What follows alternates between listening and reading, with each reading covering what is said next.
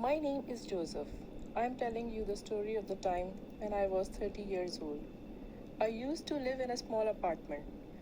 Morning I used to go to work and return home by 8 p.m. daily. That was my usual routine. One day when I came back home after changing and doing my dinner, I went to lie down on my bed, but that particular day I couldn't sleep. As I was trying to fall asleep and turning sides on my bed, I remember that I used to write a diary, not daily, but weekly.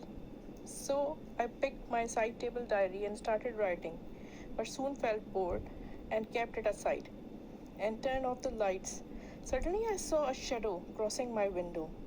As I moved closer to take a look, there wasn't anyone there. Then suddenly I caught sight of an enveloped letter lying there. I picked and started reading. Do come to the ghost mansion tomorrow at 12 midnight. I put that on my table and fell asleep. Next morning, I was late on work and my boss was very angry. Anyways, when I came back home after changing and dinner, I remember about that letter which I saw yesterday. I got myself ready and left for the ghost mansion to reach there by 12 midnight. Actually, ghost mansion was a century-old mansion, which was which was supposed to be haunted by the locals. Hence the name. I never believed in ghosts or monsters, so it wasn't difficult for me to go inside that ancient building. As I entered, I saw cobwebs hanging down from the roof, blocking the passageway. Inside, as I entered, I saw only one huge room and no one else inside. So, as I started turning back to leave, I heard someone calling me with a nasal twang in his voice.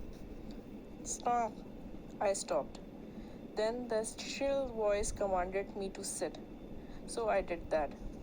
Then I asked, who is it? Come in front of me, show yourself. The reply came, you would be scared. I replied, no, I'm not afraid of you. So it came out of dark. And that was the first time I got scared in my life. It was a sight which can make anyone scared. He was a short-heighted man. He had big ears, very small but very shiny eyes, and a nose. Oh God, his nose was just like a pig. He had flesh rotten from his face at several places. He handed over me a key and introduced himself. My name is Peter. This is a key to a sepulchre. You have to bring a book from inside that chamber. It is inside Bleecker Cemetery, New York. That graveyard is called Bleecker because it is always very dark, cold, and barren inside it. On the right side, there is a tomb with the name William Dean written on it. You have to dig that. Then you will see a door there. Open it with this key and search that book inside it. Reach there at 10 p.m.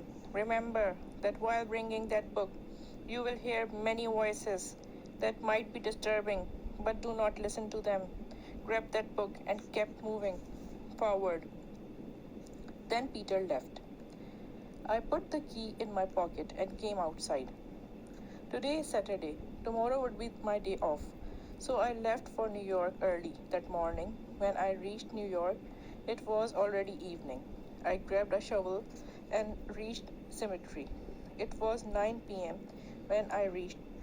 I waited for an hour, then entered inside with a torch in one hand and a shovel in another. As I turned right, I saw a tombstone of William Dean. I started digging that grave. At last I found that door, opened it with the key Peter gave to me, and entered inside the chamber. I saw stairs going down inside. As I started reaching down, I accidentally hit on something. When I saw in torchlight, it was a cross-shaped ancient dagger. I took it Then suddenly there was a scary skeleton came towards me. I put that dagger inside his chest and it turned into smoky ash. As I went further inside, I heard someone whispering, "Don't go inside, or you will be dead." But I didn't stop. Finally, I saw that book on which magic spell was written. As soon as I picked it and the floor started shaking, as if the earthquake has hit. I ran upstairs to find that suddenly the chamber's door was closed tightly. I started having a choking feeling and felt breathless. Then suddenly I remembered that I have a dagger. As I put it near the door, it gets open, and a breeze of fresh air touched my face. I jumped out and closed and locked the door and started evening the grave's surface. As I started moving out of the graveyard, I heard someone shouting for help, saying, "Please wait, help me, or he will kill me." But I didn't stop and came out of the graveyard. When I came out, it was early in the morning. I took fastest route to reach back to my town and then to the ghost mansion where Peter was waiting eagerly for me.